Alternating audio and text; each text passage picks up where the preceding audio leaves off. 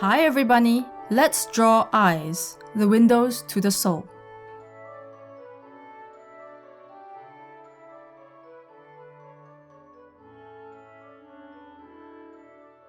It's always useful to understand what you're drawing, and the eyes are no different. First, there's the eyeball, the iris, pupil, upper eyelid, lower eyelid, lashes, the pink bits, and for some people, the eye crease. Your eyeballs are set in sockets, so depending on your bone structure and the fat deposits, you may have monolids with no crease, a crease but a shallow socket if your face is quite flat, deep eye sockets, or even hooded eyelids. Let's start with the basics. As with the How to Draw Hands tutorial, using guidelines and simple ovals or circle shapes, you can plan the placement of eyes on the face. Here are a few things to check during this guideline phase. Is the character's eyes too big or too small? Is the placement too high or too low? Are they symmetrical? Determine the direction that your character is looking at. Unless the character you're drawing has eye problems, always make sure the directions of both irises are the same. If they're looking left, both should be looking left. If they're looking up, both should be looking up. Next up, lighting. The reflection in the eyes, commonly seen as the sparkly white dots, should always be on the same side and match the lighting on the rest of the face. Here's another example. Using guidelines, I've planned a downward face at an angle, with a light source coming from the bottom. To match, the light and sparkle on the eye is on the bottom half.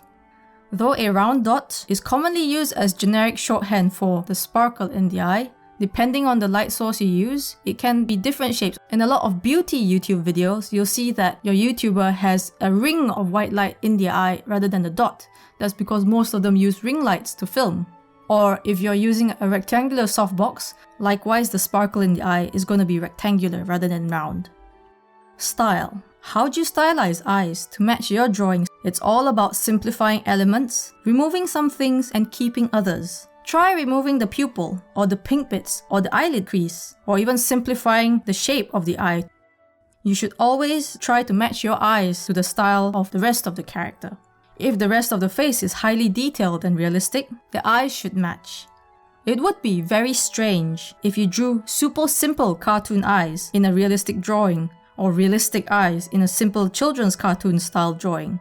Obviously, there are many more styles of drawing eyes than what I've shown here. Next up, drawing emotions. When drawing emotions and actions, you can simplify this into squash and stretch. This is same when drawing the eyes. The squash action, you can squash or stretch a circular shape to mark out how much you want to squint or open the eyes. To convey emotion more effectively, you can sometimes exaggerate this squashing or stretching than what the human face can really do in real life. Of course, you cannot emote your characters properly without eyebrows. If you struggle with placing eyebrows, try drawing a bigger orb that aligns with the original eye circle guideline that you did. The eyebrows should roughly align with the top of this orb. In cartooning visual shorthand, you can use thicker, straighter eyebrows to indicate a masculine character, or thin, more arched brows to indicate a more feminine character. I say this very loosely. Eyebrows that are set very low down can make the character look more intense or masculine, whereas eyebrows that are higher up make the character look more friendly. These are some very rough and general examples, and there is nothing preventing you from drawing big bushy low down brows on a girl character, and the opposite is true. Don't forget about context. The brows and the rest of the face give context to the emotions you're drawing in the eyes. For example, this wide open eyes shows surprise, right? But by changing the brows, you can give it a totally different emotion. Context matters. So at some point, you will want to draw characters from different angles in different poses. To help you expand your skills, try to treat the eyes as 3D round objects and the head itself as a 3D object rather than flat cards. Obviously, if you're drawing very cartoony or simple styles and have dots for eyes, this doesn't factor as much.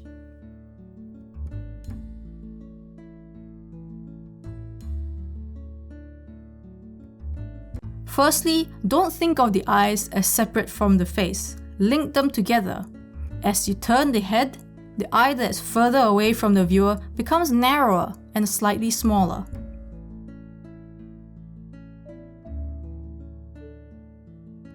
Secondly, consider the eyelids, as this affects the overall shape of the eye.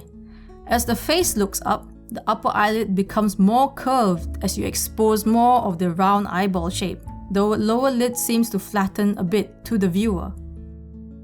Likewise, when you tilt the head down, the lower lid gets more curved and the upper lid appears more flat.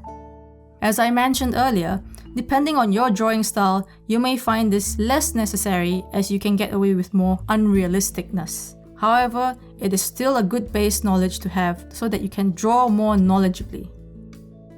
Lastly, some common mistakes that many artists make. First of all, is copying without understanding. This is especially common for those of you who learn drawing by copying your favorite manga or anime. I used to blindly copy Sailor Moon, complete with all the random sparkles in the eyes. I'm not saying that copying is wrong, because the best way to learn how to draw is to observe and copy what you see. But if you copy blindly without understanding, you will be limited to drawing what you are copying without being able to develop your skills to draw new poses, new faces, and new styles. Secondly is giving the viewer conflicting information. This is when parts of your drawing is telling the viewer one thing and another part is telling them something else. Example is when everything else about the face is pointing downwards, but you have drawn the eyes that look like they are looking up. Or when the lighting in all of your drawing is coming from the left, but you've drawn and shaded the eyes with light coming from the right. And that's all I have for today. I hope you had good fun watching this video and hopefully you learned something new.